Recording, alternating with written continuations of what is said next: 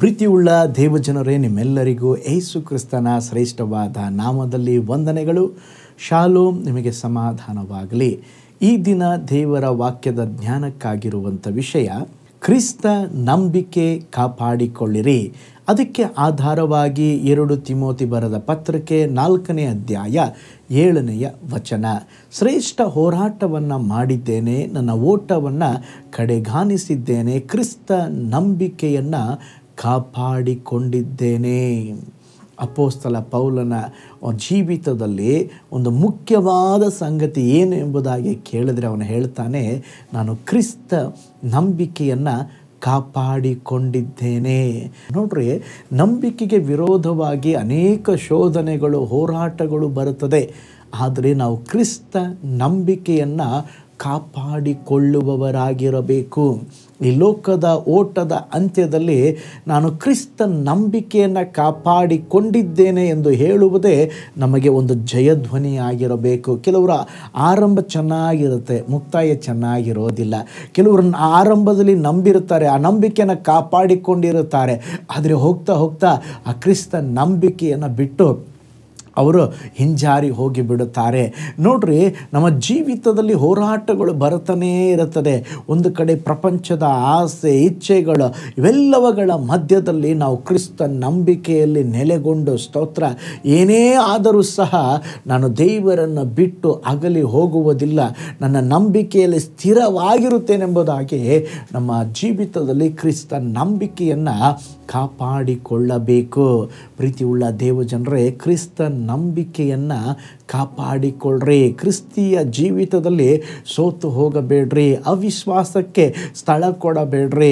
ನಾವು ನಂಬಿರುವಾತನನ್ನು ದೃಷ್ಟಿಸಿ ನೋಡಿ ನಾವು ಹೇಳಬೇಕು, ನಂಬಿಕೆಯನ್ನು ಹುಟ್ಟಿಸುವಾತನು, ಪೂರೈಸುವವನಾಗಿರುವ ಯೇಸುವಿನ ಮೇಲೆ ನನ್ನ ದೃಷ್ಟಿ ಇಟ್ಟು, ಓ ಸ್ತೋತ್ರ, ನಾನು ಸಾಯಬೇಕಾದರೂ ನಂಬಿಗಸ್ತನಾಗಿರ್ತೇನೆ, ಕ್ರಿಸ್ತ ನಂಬಿಕೆಯನ್ನು ನಾನು ಕಾಪಾಡಿಕೊಳ್ತೇನೆಂಬಂಥ ಒಂದು ಭರವಸೆ, ಒಂದು ಧೈರ್ಯ, ಒಂದು ವೈರಾಗ್ಯ ನಮಗಿರಬೇಕು. ದೇವರಿಗಾಗಿ ಬಹಳ ಶ್ರಮಪಟ್ಟು ರಕ್ತ ಸಾಕ್ಷಿಯಾದವರಲ್ಲಿ ಒಬ್ಬರು ಪೋಲಿಕಾರ್ಪ್ ಎಂಬಂಥ ಒಬ್ಬ ದೇವ ಭಕ್ತನು. ಆ ಭಕ್ತನು ಸ್ತೋತ್ರ ಒಂದು ಸಾರಿ ಅವರಿಗೆ ಬಹಳ ವೃದ್ಧಾಪದಲ್ಲಿ ಇರುವಾಗ ಅವನನ್ನು ಚಕ್ರವರ್ತಿ ಅವರನ್ನು ಕರೆಸಿಬಿಟ್ಟು ಅವ್ರಿಗೆ ಹೇಳ್ತಾರೆ, ಸೀಸರ್ ಹೆಸರಿನ ಮೇಲೆ ಪ್ರಮಾಣ ಮಾಡಿ ಯೇಸು ಸ್ವಾಮಿಯನ್ನು ದೂಷಿಸಿ ಬಿಡ್ತೀನೆಂಬುದಾಗಿ ಹೇಳಿದ್ರೆ ನಿನಗೆ ವಯಸ್ಸಾದ ಕಾರಣ ನಿನ್ನನ್ನು ಬಿಟ್ಟು ಬಿಡ್ತೇವೆ, ಇಲ್ಲವಾದರೆ ನಿನ್ನನ್ನು ಸುಟ್ಟು ಹಾಕ್ತೇವೆ ಎಂಬುದಾಗಿ ಹೇಳಿದರು.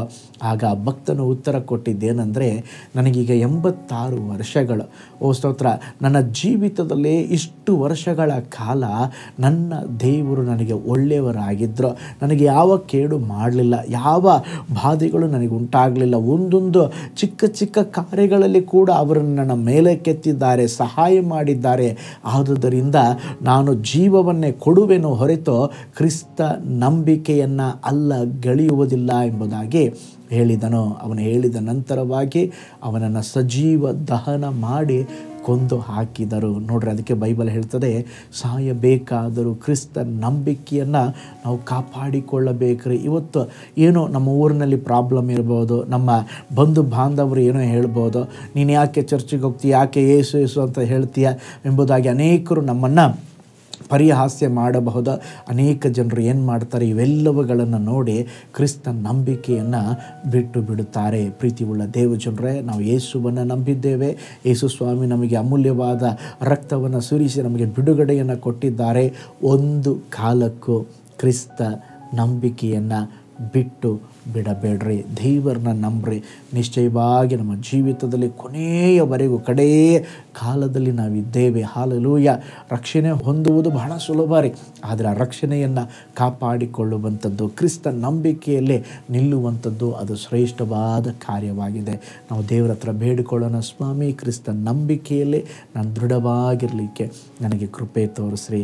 ಅಪೊಸ್ತಲ ಪೌಲನ ಹಾಗೆ ಕ್ರಿಸ್ತ ನಂಬಿಕೆಯನ್ನು ನಾನು ಸಹ ಕಾಪಾಡಿಕೊಳ್ಳಲಿಕ್ಕೆ ನನಗೆ ಸಹಾಯ ಮಾಡಿರಿ ಎಂಬುದಾಗಿ ನಾವು ಪ್ರಾರ್ಥನೆ ಮಾಡಿಕೊಳ್ಳೋಣ. ಪರಲೋಕದಲ್ಲಿ ವಾಸ ಮಾಡುವ ನಮ್ಮ ತಂದೆಯಾದ ದೇವರೇ, ಅಪ್ಪ, ನಿನ್ನ ವಚನದಲ್ಲಿ ನಾವು ನೋಡುವ ಹಾಗೆ ಅಪೊಸ್ತಲ ಪೌಲನ ಸಾಕ್ಷೀಕರಿಸಿದ ಹಾಗೆ ಕ್ರಿಸ್ತ ನಂಬಿಕೆಯನ್ನು ಕಾಪಾಡಿಕೊಂಡಿದ್ದೇನೆ. ಹೌದಪ್ಪ, ನಾವು ನಿಮ್ಮನ್ನು ನಂಬಿದ್ದೇವೆ, ಅನುದಿನವೂ ನಿಮ್ಮ ಜೊತೆಯಲ್ಲಿ ನಡೆಯುತ್ತಾ ಇದ್ದೇವೆ. ಆದರೂ ಈ ಲೋಕದ ಪ್ರಾಪಂಚಿಕವಾದ ಕಾರ್ಯಗಳು, ಅನೇಕ ಸಂಗತಿಗಳು ನಿಮ್ಮಿಂದ ದೂರ ಮಾಡುವಂತೆ, ಕ್ರಿಸ್ತ ನಂಬಿಕೆಯನ್ನು ಬಿಟ್ಟು ಹೋಗುವಂತೆ ಅನೇಕ ಕಾರ್ಯಗಳು ಬರಬಹುದಪ್ಪ. ಆದರೆ ನಾವು ನಂಬಿಕೆಯಲ್ಲಿ ಸ್ಥಿರವಾಗಿರಬೇಕಪ್ಪ. ಯಾವುದೇ ಕಾರಣಕ್ಕೂ ಹಿಂಸೆಗಳಿಗೆ, ಕಷ್ಟಗಳಿಗೆ, ದೇವರೇ ಏನು ಬಂದರೂ ಕೂಡ ಸ್ವಾಮಿ, ನಾವು ನಿಮ್ಮನ್ನು ಬಿಡದೆ ಸ್ಥಿರವಾಗಿ ನಿಂತು ನಿನ್ನ ನಾಮವನ್ನು ಘನಪಡಿಸಲಿಕ್ಕೆ ಸಹಾಯ ಮಾಡಿರಿ. ಹಾಗೆ ಮಾಡುವುದಕ್ಕಾಗಿ ಸ್ತೋತ್ರ, ಯೇಸುವಿನ ಹೆಸರಿನಲ್ಲಿ ತಂದೆಯೇ, ಆಮೇನ್, ಆಮೇನ್. Price lord. ಹಾಗಾದರೆ ನಿಮ್ಮ ಜೀವಿತದಲ್ಲಿ ಕ್ರಿಸ್ತ ನಂಬಿಕೆಯನ್ನು ಕಾಪಾಡಿಕೊಳ್ಳ್ರಿ, ಆ ನಂಬಿಕೆಯಲ್ಲಿ ನೆಲೆಯಾಗಿರ್ರಿ. ಕರ್ತನು ನಿಮಗೆ ಸಹಾಯ ಮಾಡುವರು. ಕರ್ತನು ನಿಮ್ಮನ್ನು, ನಿಮ್ಮ ಕುಟುಂಬವನ್ನು ಬ್ಲೆಸ್ ಮಾಡಲಿ. ನಾಳೆ ಮತ್ತೊಂದು ದೈನಂದಿನ ಜ್ಞಾನದಲ್ಲಿ ನಾನು ನಿಮ್ಮನ್ನು ಸಂಧಿಸ್ತೇನೆ. ನಾನು ನಿಮ್ಮ ಪ್ರೀತಿಯ ಸೇವಕ pastor Paul Joy. God bless you. ಕರ್ತನಲ್ಲಿ ಪ್ರಿಯರೇ, ಈ ಸಂದೇಶ ಮತ್ತು ಪ್ರಾರ್ಥನೆ ನಿಮಗೆ ಆಶೀರ್ವಾದಕರವಾಗಿದ್ದರೆ, ದೇವರು ನಿಮ್ಮನ್ನು ಪ್ರೇರೇಪಿಸಿದರೆ, ನಂಬಿಕೆಯಿಂದ ಸಾಗುವ ಈ ಸೇವೆಗೆ ನಿಮ್ಮ ಅಮೂಲ್ಯವಾದ ಕಾಣಿಕೆಯನ್ನು ಬಿತ್ತಿರಿ. ಪ್ರೀತಿಯ ದೇವಜನರೇ, ವಾಯ್ಸ್ ಆಫ್ ಹೋಪ್ ಮಿನಿಸ್ಟ್ರಿಯ ವತಿಯಿಂದ ಕೋರಮಂಗಲದಲ್ಲಿ ಪ್ರತಿ ಭಾನುವಾರ ಬೆಳಿಗ್ಗೆ 9:30ಕ್ಕೆ ಕನ್ನಡ ಆರಾಧನೆ ನಡೆಯುತ್ತಿದೆ. ಆತ್ಮಭರಿತವಾದ ಆರಾಧನೆ, ಮನಮುಟ್ಟುವ ಸಾಕ್ಷಿ, ಬಲಪಡಿಸುವ ದೇವ ಸಂದೇಶ. ಬನ್ನಿ, ನಮ್ಮೊಂದಿಗೆ ಭಾಗಿಯಾಗಿ ಕರ್ತನನ್ನು ಆರಾಧಿಸಿರಿ. ನೂತನ ತಿಂಗಳ ಆಶೀರ್ವಾದ ಕೂಟ ಪ್ರತಿ ತಿಂಗಳು ಮೊದಲ ದಿನ ಸಂಜೆ 7 ಗಂಟೆಗೆ. ಪ್ರತಿ ತಿಂಗಳು 2ನೇ ಶನಿವಾರ ಬಿಡುಗಡೆ ಉಪವಾಸ ಪ್ರಾರ್ಥನೆ ಕೂಟ ಬೆಳಿಗ್ಗೆ 10:30ಕ್ಕೆ. ನಿಮಗಾಗಿ ಪ್ರಾರ್ಥಿಸಬೇಕೆ? ನಿಮಗೆ ಯಾವುದಾದರೂ ಪ್ರಾರ್ಥನೆ ಮನವಿಗಳು ಇರುವುದಾದರೆ ಕೆಳಗಿನ ನಂಬರಿಗೆ ಕರೆ ಮಾಡಿ ಅಥವಾ ವಾಟ್ಸಪ್ ಮಾಡಿ. ಈ ಆತ್ಮಿಕ ಸಂದೇಶಗಳು ನಿಮಗೆ ಆಶೀರ್ವಾದಕರವಾಗಿದ್ದರೆ ಲೈಕ್ ಮಾಡಿರಿ. ಇಂಥ ಅದ್ಭುತ ಸಂದೇಶ ಪ್ರತಿದಿನ ನೋಡಲು ಬಯಸುವುದಾದರೆ ಸಬ್ಸ್ಕ್ರೈಬ್ ಮಾಡಿ ಹಾಗೂ ಇತರರೊಂದಿಗೆ ಶೇರ್ ಮಾಡಿರಿ. ಕರ್ತನು ನಿಮ್ಮನ್ನು, ನಿಮ್ಮ ಕುಟುಂಬವನ್ನು ಆಶೀರ್ವದಿಸಲಿ.